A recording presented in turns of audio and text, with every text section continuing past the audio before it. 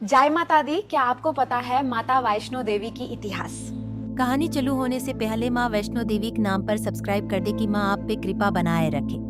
हर साल लाखों लोग एक पहाड़ पर चढ़ते हैं, थक कर, रुक कर, फिर उठकर, सिर्फ एक दर्शन के लिए।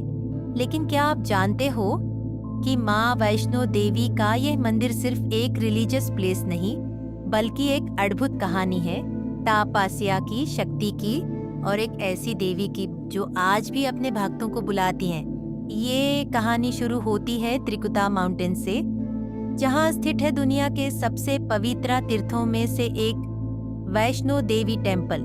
लेकिन ये मंदिर कैसे बना? माँ वैष्णो देवी कौन थी और उनकी कहानी में क्या राज छुपे हैं जो आज भी लोगों को यहाँ खींच लाते हैं? बर्थ ऑफ माँ वैष्णो देवी। पुराणों के अनुसार माँ वैष्णो देवी का जन्म हुआ था एक दिव्य रूप में जो 3 शक्तियों का संगम था, माँ लक्ष्मी, माँ सरस्वती और माँ कली।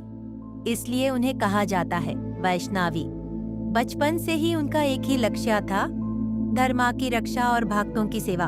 उन्होंने कठिन तपस्या की और एक दिन पृथ्वी पर अवतर लिया, एक कन्या के रूप में, जिसे लोग वैष्णवी कहते थे। इसी समय एक शक्तिशाली तंत्रिक था, भैरवनाथ। वो एक गुरु का शिष्य था, लेकिन उसका मन तपस्या से ज्यादा शक्ति और कंट्रोल में था।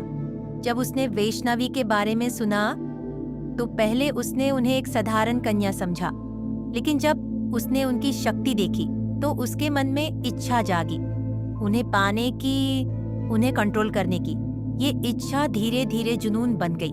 माँ वैष्णवी ने समझ लिया कि भैरवनाथ का इरादा गलत है और तब उन्होंने पहाड़ों की तरफ अपनी यात्रा शुरू की।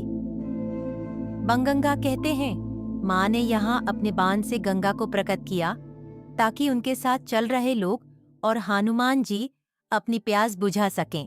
चरण पड़ुका यहाँ माँ ने पीछे मुड़कर देखा और उनके चरण चिन्ह पत्थर पर अमर हो गए। अर्धकुंवारी केव यह जगह बहुत महत्वपूर्ण है।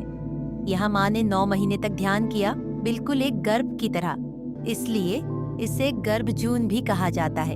यह वही जगह है जहाँ माँ ने अपनी शक्ति को और मजबूत किया। लेकिन भैरवनाथ ने हार नहीं मानी। वो माँ का पीछा करता रहा और अंत में वो पहुंच गया गुफा के बाहर। तब माँ वैष्णवी ने समझा कि अब समय आ गया है। उन्होंने अपना रूप बदला और बन गई महाकाली। एक ही पल में युद्ध समाप्त हो गया। भैरवनाथ का सिर उड़कर दूर पहाड़ पर गिरा, लेकिन उस पल उसने अपनी गलती समझ ली। उसने माँ से क्षमा मांगी। माँ वैष्णवी सिर्फ शक्ति नहीं, करुणा भी है। उन्होंने भैरवनाथ को माफ कर दिया और उससे वरदान दिया, मेरी यात्रा तब तक पूरी नहीं होगी जब तक भक्त तुम्हारे दर्शन नहीं करेगा। आज भी भैरवनाथ टेम्पल पर जाकर ही यात्रा संपन्न मानी जाती है। आज वैष्णो देवी टेम्पल के अंदर 3 पिंडियां हैं जो 3 देवी शक्तियों का प्रतीक हैं। कहते हैं कि माँ वैष्णो देवी आज भी यहीं विराजमान है और सबसे बड़ा राज ये है कि कोई भी भक्त यहाँ बिना बुलावा के नहीं आता। तो ये थी कहानी माँ वैष्णो देवी की, एक ऐसी कहानी जो सिर्फ सुनी नहीं जाती, महसूस की जाती है।